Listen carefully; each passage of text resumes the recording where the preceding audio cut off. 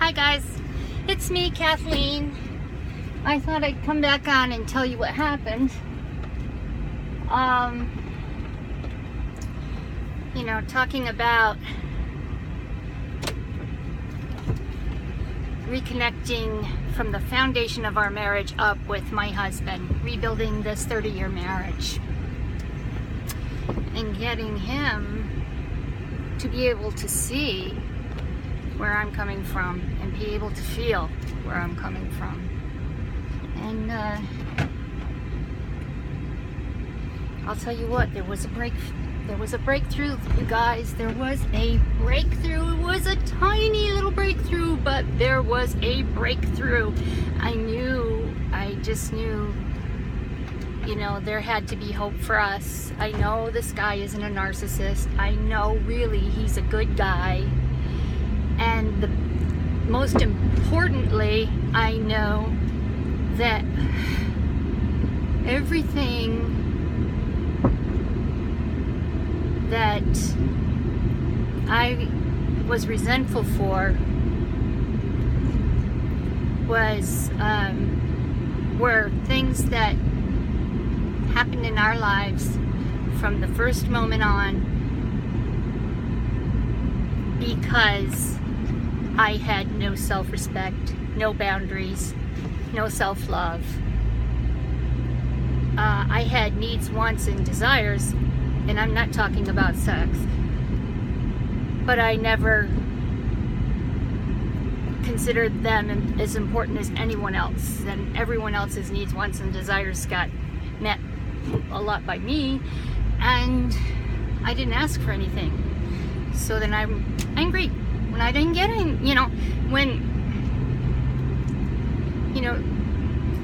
what I did was, here's what I did to get to a meeting of the minds with him. First, he asked me the night before. I tried to share with him, my psychiatrist said, share with him some of your videos, not ones I make necessarily, but ones he might connect with and understand other people or whatever. So I showed him, I chose, Gabor Mate, the psychiatrist or the doctor from Canada, but originally from Budapest, Hungary. He was born, I think, in 1944 or 1945 in Budapest, Hungary. He was one of the babies during the time that Hitler was doing his thing there. He comes from a Jewish family. He has a fantastic TED Talk, and this is Gabor Mate. I love this guy, and I wanted to see if my husband could understand and be more empathetic with those that are suffering in this world, especially drug addicts, the homeless. That's for a reason. Those of us that are empaths and have lived the lives that all of us have lived, most of us with these families of origin being narcissistic, know that there is a reason for every outcome in life. And I've often heard him say they're homeless because they want to be homeless. All kinds of just lower vibration energy responses. So I showed him this Gabor Mate. It was, they're supposed to be 15 minutes long. It was 18 minutes. And he got through it. And at the end he said he thought it was bullshit. And I, didn't expect him to swallow everything hook, line, and sinker without doing any research after. But I thought something would touch him. This guy's just amazing. And he touches me and probably everybody else on a soul level in your heart. I mean, he is a good guy. I love that guy. He knows about suffering, and he knows, these people don't become addicts because they want to. People are in pain, and there's a reason for that. So I tried to see about this empathy with my husband, and that didn't work out too good. Afterward, he said it was bullshit. So I decided to share with him my Facebook page, because he hates Facebook. He doesn't have a Facebook. He knows nothing about it. So once in a while I go down my Facebook page and show him what's going on in my life and in his family in Egypt, kind of things. Or our kids, look what they're doing here and there.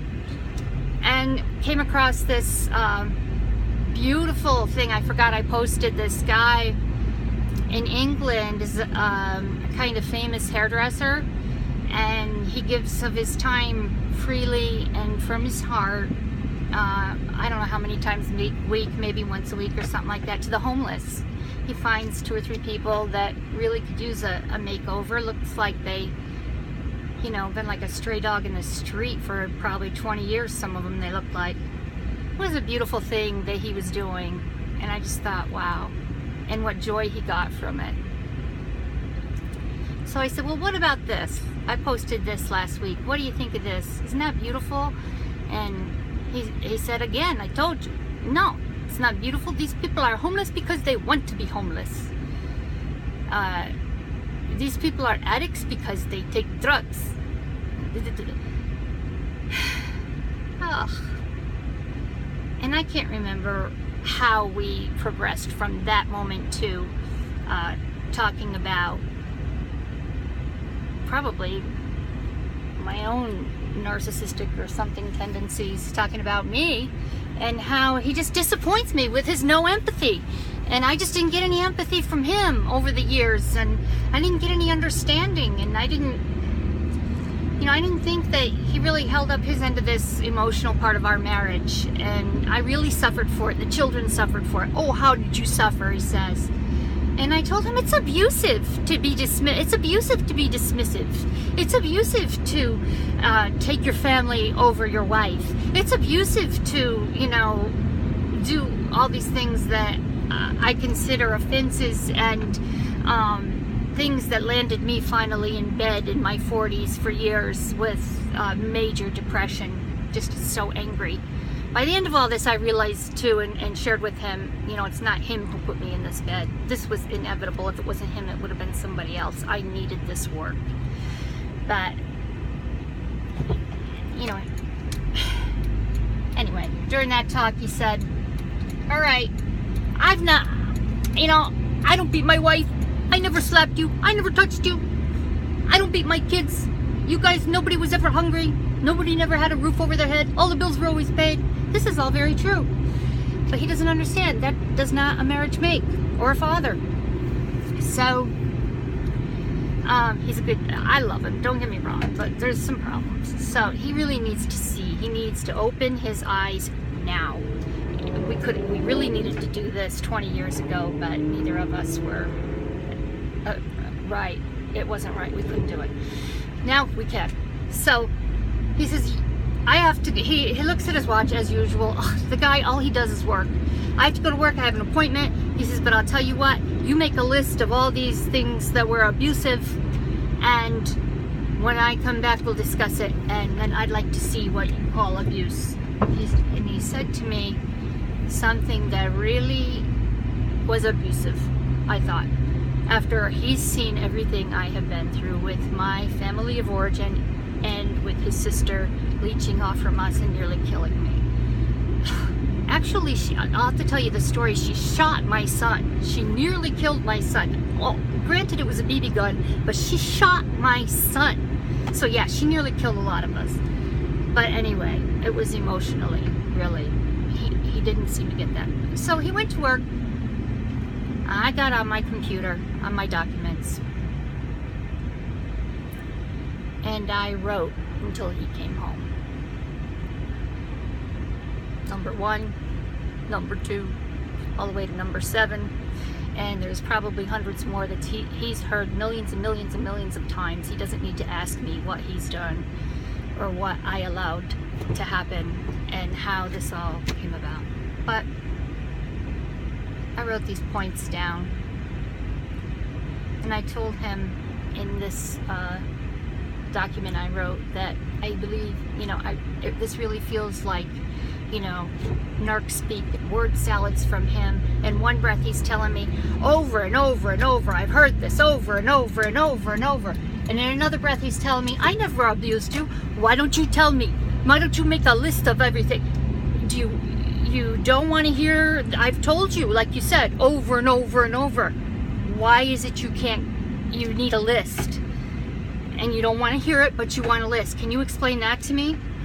When he came home, we went over this.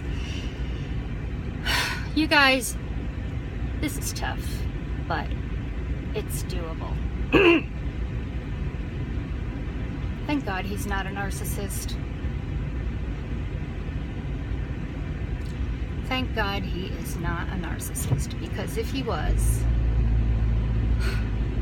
there'd be absolutely no chance. I would just walk away. He would hide all our assets. We have a lot of assets in Egypt. There's several accounts everywhere. I mean, property. I mean, he would hide that all, and that's not fair. So, but I know that he would, because I was going to leave him once before, and I said I was going to come back and tell you guys about that too. And he thought that he would buy me a brand new Honda car, and that would be my, he said, that's a sweet deal. So yeah, that wasn't fair, and I don't like that. I don't like that character trait that if your ex-wife, he said that I was the person that Allah chose for him. Is that the way you treat the person that Allah chose for you? I asked. Think about that. So anyway,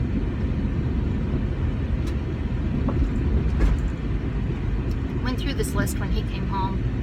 He tells me, that's not abusive, that's not abusive, that's not abusive. How's that abusive? Well, I started the list with a definition of abuse, and the one that I chose to put in there was exactly the way that I feel I was abused in this marriage, or I allowed myself to be in this marriage in this abusive kind of situation emotionally, where a person uses power and control to manipulate or treat others